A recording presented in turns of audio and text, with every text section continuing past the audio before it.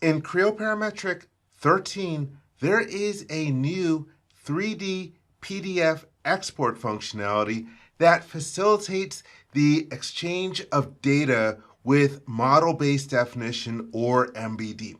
Let's take a look at using that for a part model.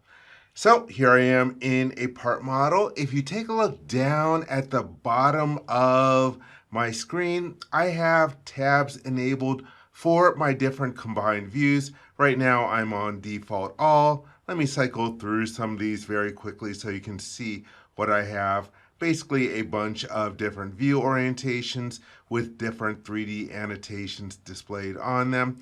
Now let's just jump to the last one. This one has a cross section.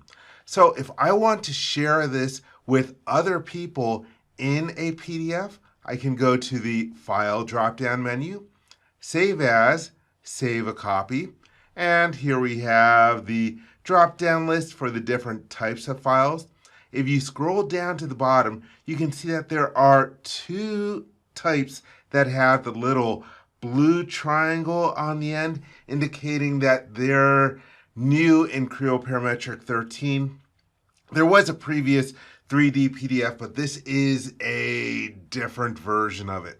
And so let's choose this one.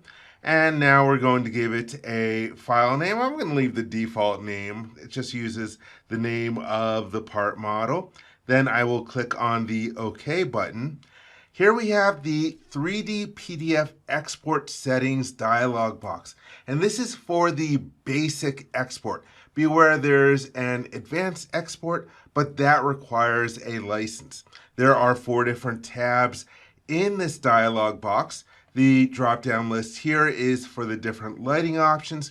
Cube is the default. I have exported a few different ones of these just to be different. Let's use headlamp, and I will show you what some of these different ones look like, but just to show you the list again, you have cube as the default. Other ones include CAD optimized, day and night, and primary color. And again, I'll show some of those later on.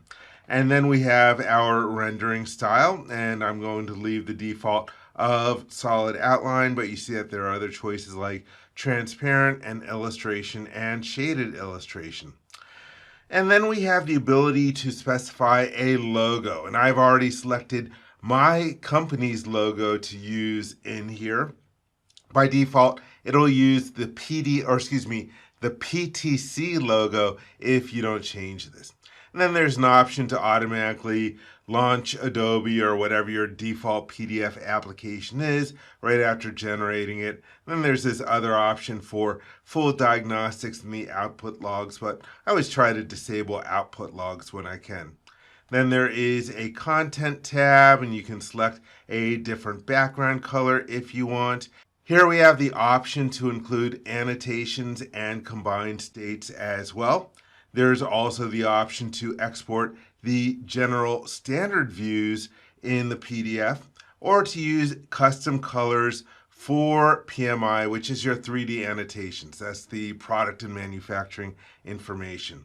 Then there's this other option here to read access lines into the PDF. I'm not going to check that. From the security tab, you can also put a password onto this. And then there's a description tab where you can enter in different information.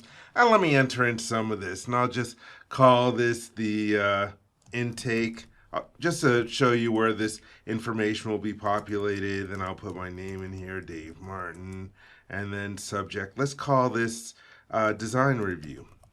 And there's a reason why I'm using that name. All right, so that's good. Let me click the OK button, and then this will generate, and we'll give this a few seconds.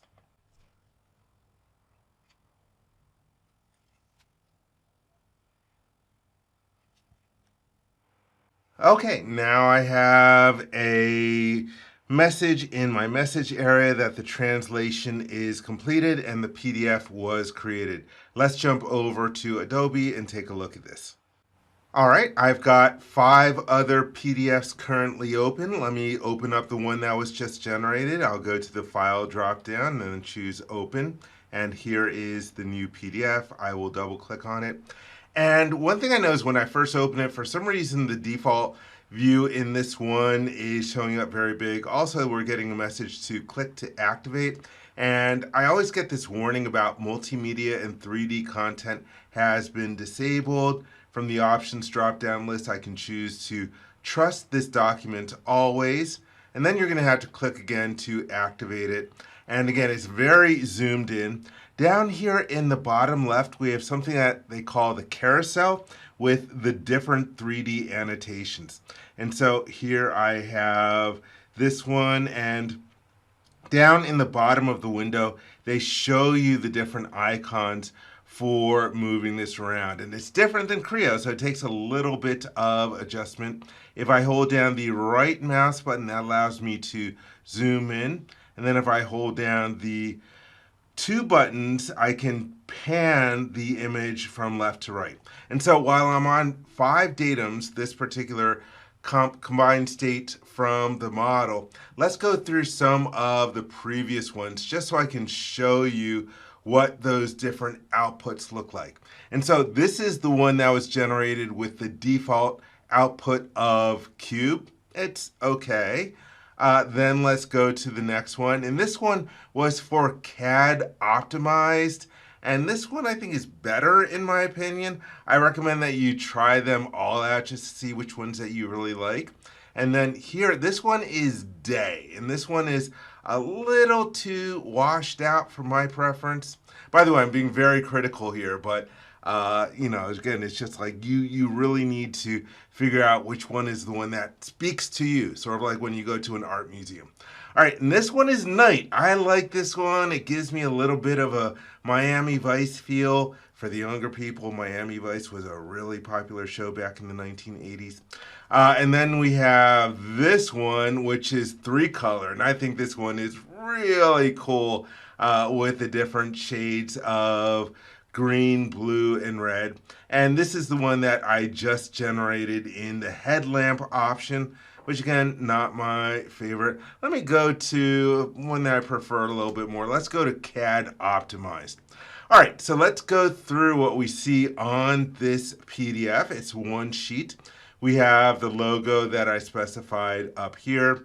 Then we have our file name when I generated this, and then the author. And if you're wondering where does this author name come from, well, it's from Adobe's preferences that you set up. So for example, if I go to edit and then preferences and then identity, here's my login name. And so I don't know how to change this for this particular computer, but that's if you want to change what author name is listed. Then we have some part attribute information. And let me go to the last one that I just generated. This one actually has a part number filled in and a revision. The material comes from the material. And this is just from parameters in the model. So if you create a parameter part _ number and revision, be aware REV doesn't work, it has to be the whole word revision, then it'll populate this information in here. Okay, so let's see, then we have our main window with the model. Let me go back to the one whose colors I like a little bit better.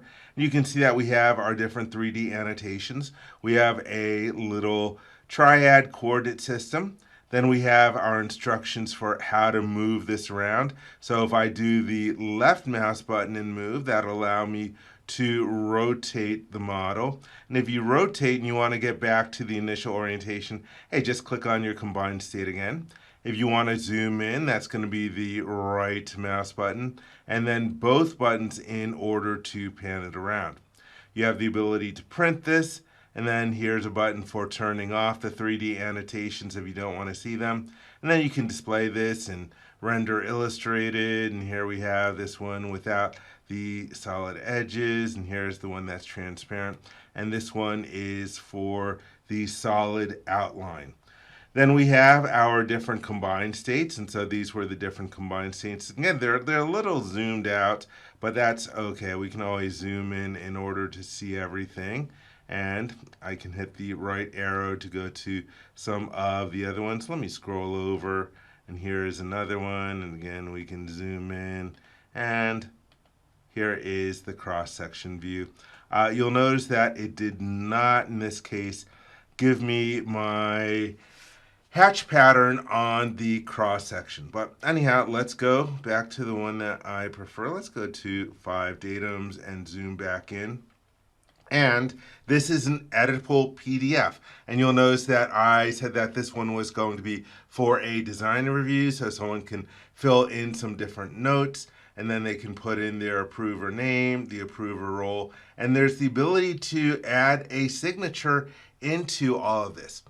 During the editing process, I realized I lost the end part of the video, so let me show that to you.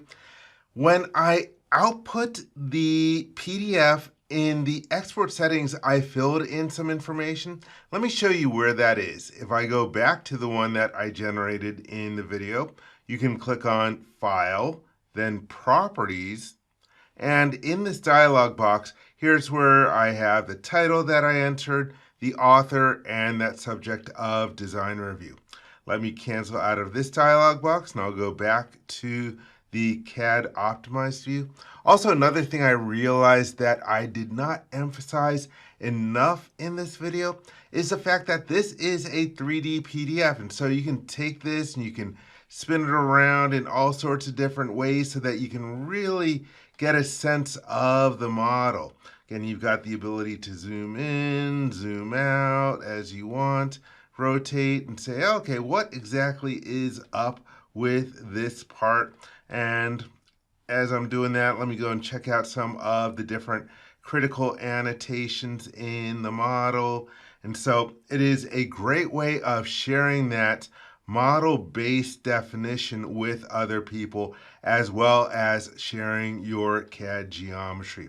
So there you have it. That is the brand new 3D PDF export in Creo Parametric 13. Try it out. I think you'll like it.